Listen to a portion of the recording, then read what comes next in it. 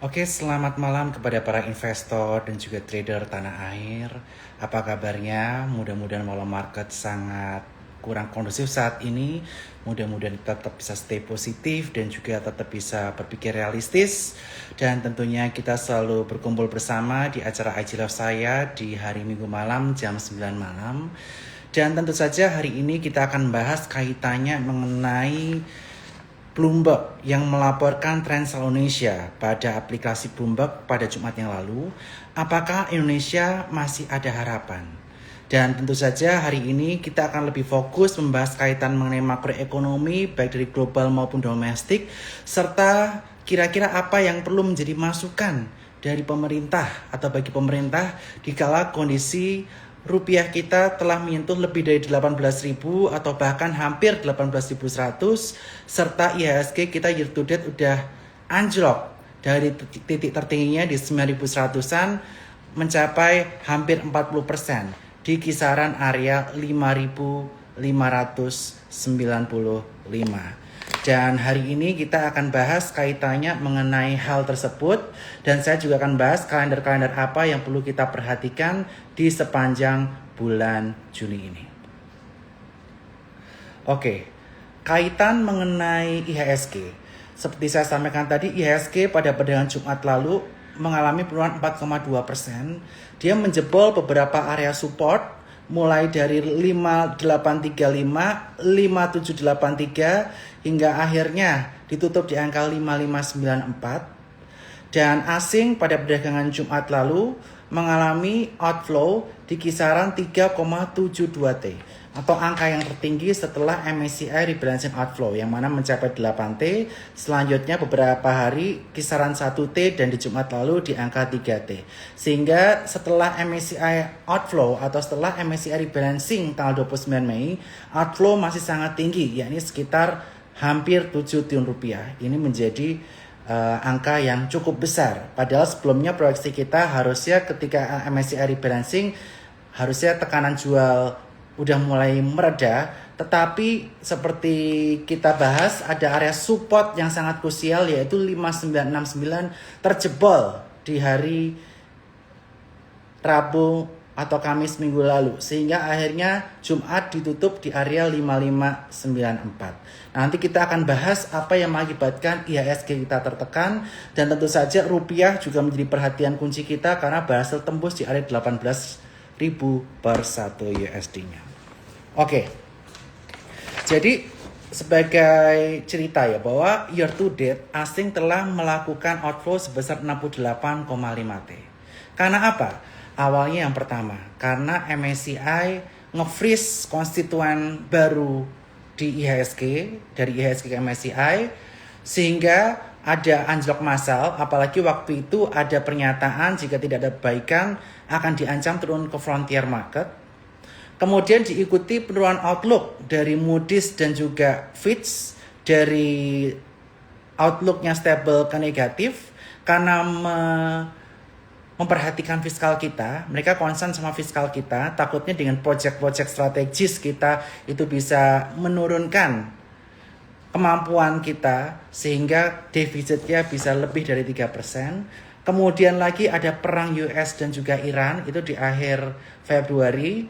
Kemudian Lebaran trennya memang selalu sepi. Kemudian setelah itu di bulan April MSCI kembali menunda penambahan konstituen barunya. Kemudian ada berbagai kebijakan pemerintah kaitannya mengenai usulan royalti timah emas dan lain-lain yang mengakibatkan IHSG sempat anjlok.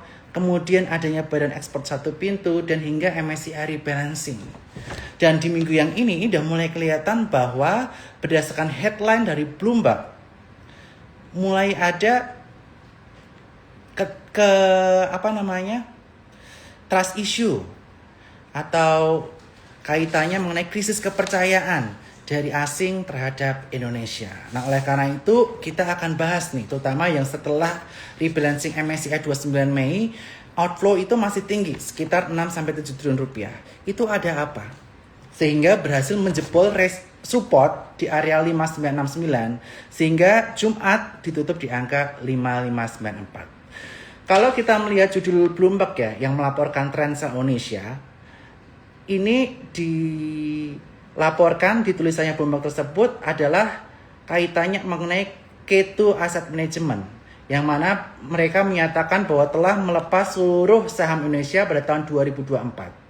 Sebenarnya K2 Asset Management ini asetnya tidak cukup besar ya, yaitu hanya 3,4 miliar USD. Tetapi ya paling menjadi perhatian atau concern kita semua sebagai investor adalah kaitannya mengenai krisis kepercayaan terhadap governance dari pemerintah kita. Karena mengapa? Karena sebelumnya disebutkan bahwa kita baik-baik saja, tetapi rupiah dari 16,5 di awal tahun bisa menembus area 18.000 per 1 USD-nya atau turun 1.500 rupiah per 1 USD. Kemudian kaitannya mengenai uncertainty kebijakan pemerintah. Dari awal tahun udah ada bahasan kaitan mengenai Martebe United Tractor. Kemudian tiba-tiba ada royalti atau usulan royalti timah, emas dan lain-lain secara mendadak. Kemudian badan ekspor satu pintu. Nah, inilah yang akan kita bedah satu persatu pada malam hari ini. Oke, yang pertama, kaitan mengenai moneter dan fiskal kita.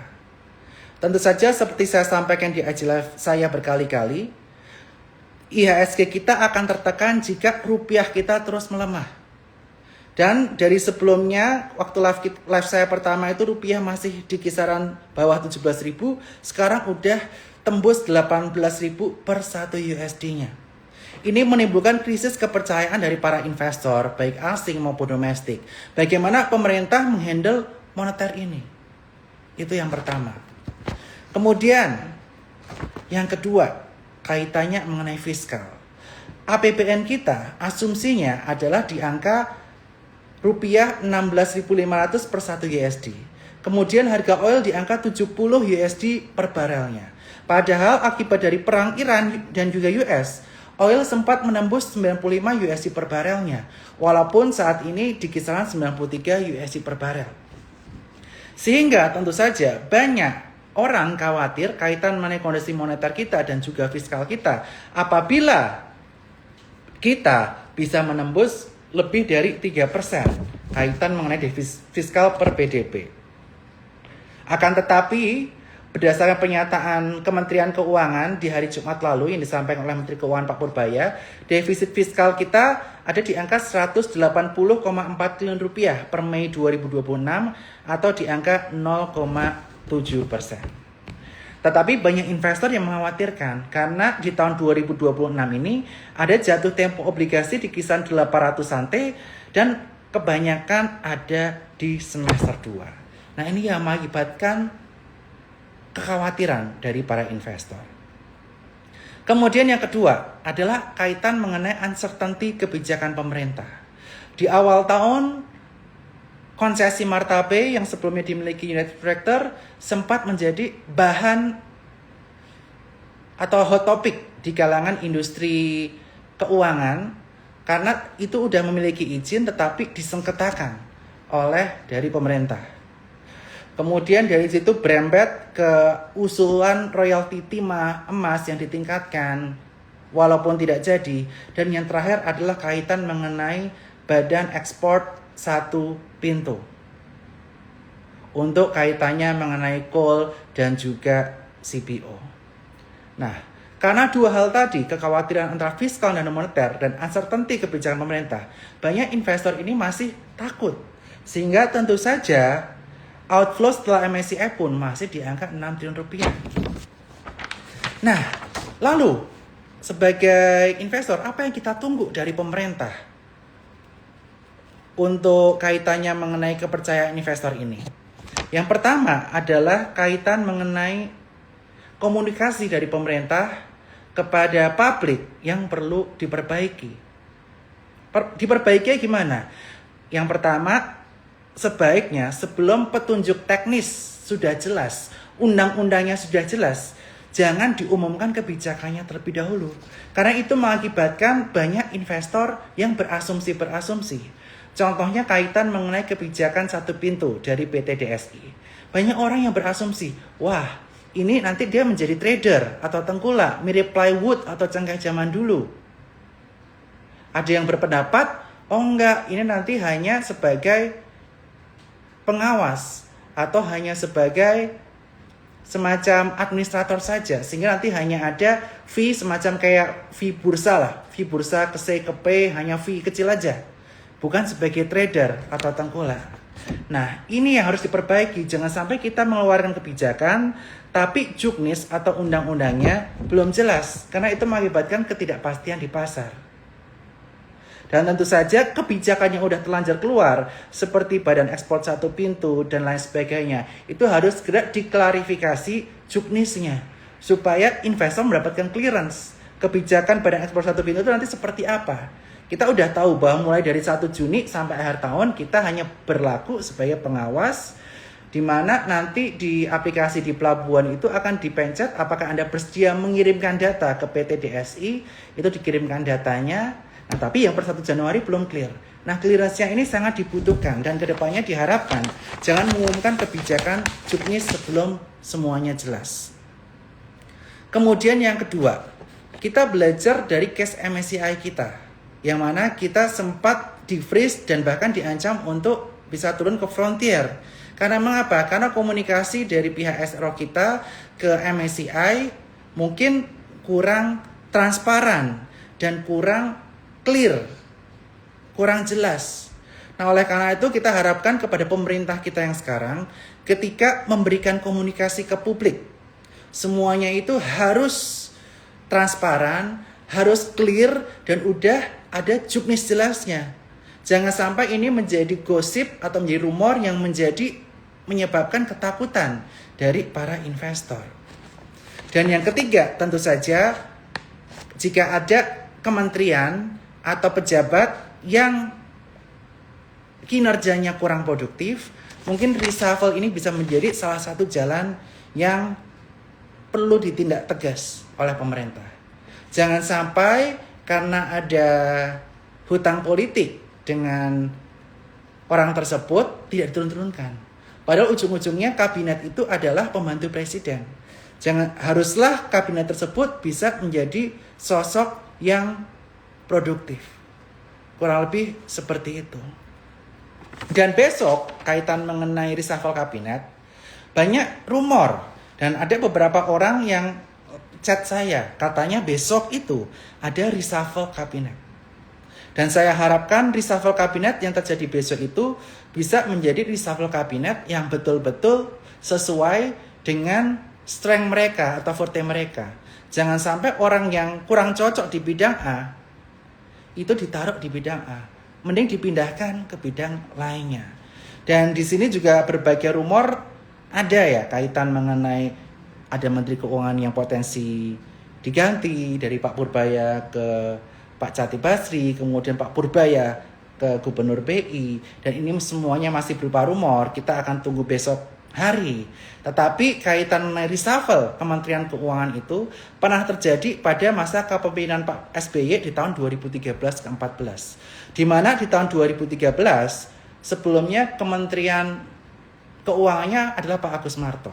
Nah, Pak Agus Marto ini 2013 dipindah ke Gubernur BI dan yang menjadi Kementerian Keuangan atau Menko pada waktu itu adalah Pak Cati Basri.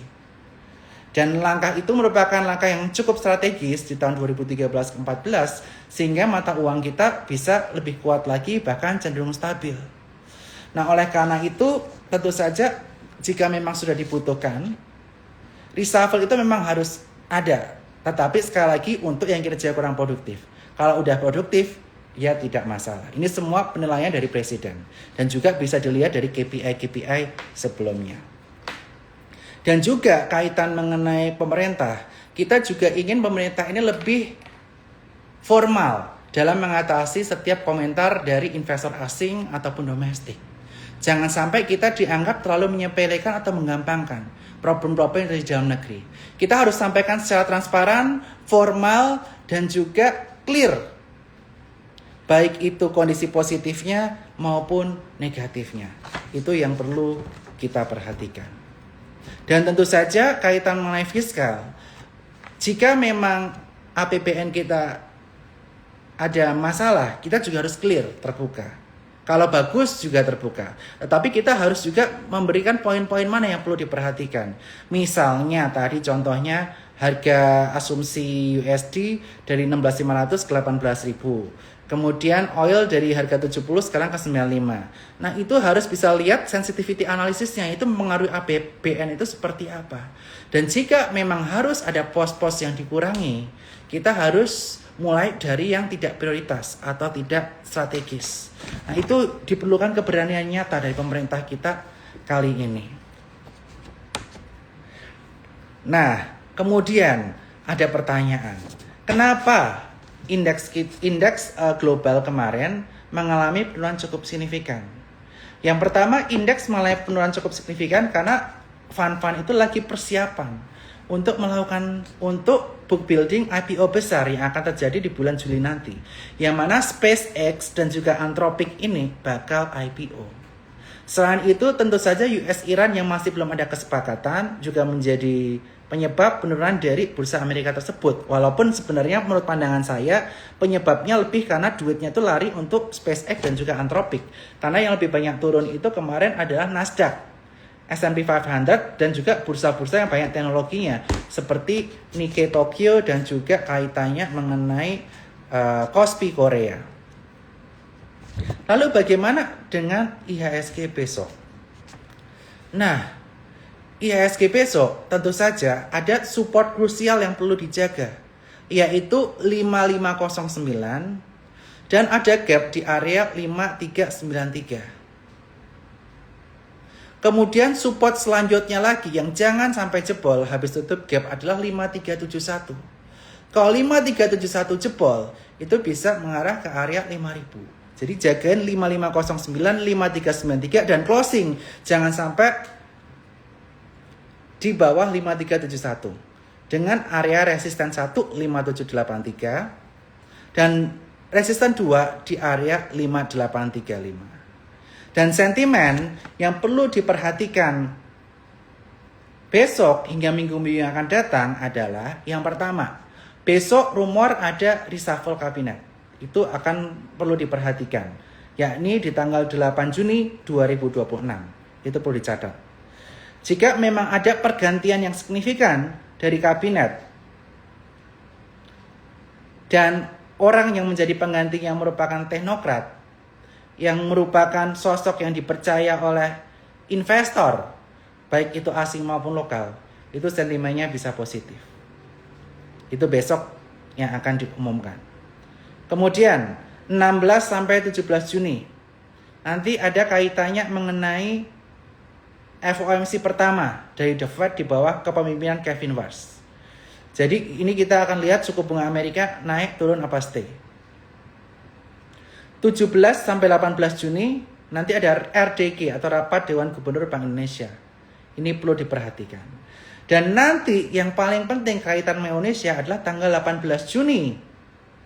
Yaitu penentuan MSCI Market Accessibility Review untuk membahas kaitannya mengenai reformasi bursa kita, kaitannya mengenai free float, keterbukaan informasi dan lain sebagainya. Kita akan direview 4 reformasi kita. Jenis investor yang di atas 1%, nanti free float bertahap 7,5 sampai 15%, sampai high shareholder concentration ini akan direview sama MSCI. Diumumkan 18 Juni. Ini paling penting. Dan 23 Juni nanti akan diumumkan kaitan mengenai klasifikasi Indonesia ini. Nanti akan masuk ke emerging market atau frontier. Nanti ini akan saya bahas di akhir. Dan pertengahan tahun di kisaran bulan Juli nanti ada IPO SpaceX dan Anthropic yang mana ini menyedot likuiditas dan juga Piala Dunia 11 Juni sampai 19 Juli. Nah, kemudian kaitan mengenai Indonesia. Potensially diturunkan ke frontier market atau enggak sih sesuai dengan isu yang berkembang atau steady emerging market? Kalau menurut pandangan saya, mengingat Vietnam yang digadang-gadang untuk masuk ke emerging market, saya masih cukup optimis 90% Indonesia masuk ke emerging market. Masih steady emerging market. Sehingga mudah-mudahan support 5509, 5393, mentok-mentok jangan tembus 5371. Itu harapan kita. Tetapi kalau tembus lagi, ya teman-teman atur trading plan masing-masing. Kenapa Indonesia ini potentially masih stay di emerging market? Yang pertama, market cap kita jauh lebih besar dari Vietnam. Market cap Indonesia di angka 600 bio USD, Vietnam di angka 350 bio USD. GDP Indonesia di angka 1,4 triliun USD, sedangkan Vietnam 600 bio USD. Dan rasio market cap dibanding GDP di Indonesia ada di angka 0,7 kali dan di Vietnam 0,8 kali. Dengan PE Indonesia di angka 10 kali, sedangkan Vietnam 16 kali. Trading value-nya bagaimana? Mirip-mirip, di angka 1 bio USD per hari. Tetapi yang diperhatikan oleh investor adalah pertumbuhan GDP ke depannya diproyeksikan di angka 6,8 sampai 7,2% setahun ke depan untuk Vietnam. Sedangkan Indonesia hanya diprediksikan di angka 4,8 sampai 5,3%. Plus Indonesia kaitannya mengenai uncertainty policy itu menjadi catatan dari investor asing. Nah, lalu bagaimana harapannya untuk Indonesia? Tentu saja saya sangat mengharapkan keseriusan dari pemerintah untuk mengembalikan kepercayaan investor baik asing maupun domestik, supaya rupiah kita tetap solid, semakin menguat lagi, dan IHSG kita bisa menguat. Nah, apa yang perlu dilakukan pemerintah dalam hal ini? Tentu saja saya harapkan kaitan mengenai transparansi dan akuntabilitas dari pemerintah. Ketika menyampaikan statement, kebijakan, itu semuanya harus didasari dengan data dan fakta. Dan tentu saja kita tidak boleh menggampangkan atau menyepelekan rumor-rumor yang beredar di masyarakat. Kalau memang bagus, kita harus buktikan dengan data, kita bagus. Tetapi kita harus menyampaikan keterbukaan juga. Yang kurang di mana? What should we improve? Itu harus dipaparkan secara publik. Sehingga para investor, baik asing maupun domestik, bisa terconvince bahwa Indonesia itu baik-baik saja. Kemudian yang kedua, selain statement, aksi nyata juga dibutuhkan. Rupiah harus sesegera mungkin kembali di bawah 18.000 per 1 USD-nya. Itu bisa meningkatkan moral dari para investor, baik lokal maupun domestik. Jika memang diperlukan intervensi untuk stabilisasi rupiah maupun obligasi terlebih dahulu sebelum ke saham, kita lakukan. Kita harus persiapkan rencananya. Kemudian, pemerintah juga harus terbuka. Jika oil price menembus angka 90 USD per barrel seperti saat sekarang, di rupiah 18.000 per 1 USD-nya, sensitivity analisisnya seperti apa terhadap APBN kita hingga akhir tahun? Apakah defisit fiskal kita bisa terjaga di bawah 3%? Dan juga aksi-aksi nyatanya apa yang pemerintah bisa lakukan? Mulai dari alokasi anggaran, dari yang kurang prioritas ke prioritas. Itu bisa menjadi tanda nyata bahwa pemerintah kita sangat serius untuk mengatasi kepercayaan asing, kepercayaan lokal para investor. Sehingga tentu saja investor-investor trust-nya kembali ke Indonesia.